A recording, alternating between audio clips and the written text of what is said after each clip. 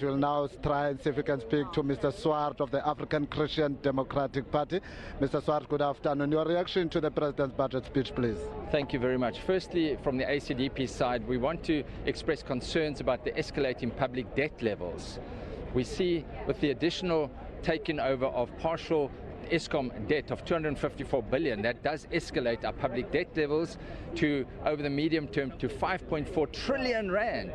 And then, of course, debt service costs are going to increase to an average of 366 billion rand per year. Now that crowds out much needed expenditure on health, on education and on policing. So we've got to address the public debt levels. But what is the good news is there's extra 100 billion rand tax collected. Some of that is going towards social distress.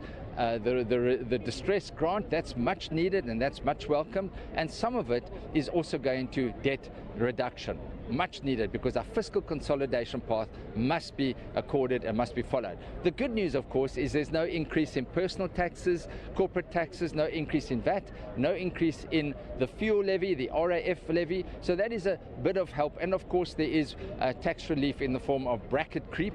And for solar panels, solar rooftop panels, there is an incentive to incentivize people to have renewable energy at home. So there's some good aspects, but there's a lot of unknowns. So the whole aspect of the public sector wage deal is an unknown factor.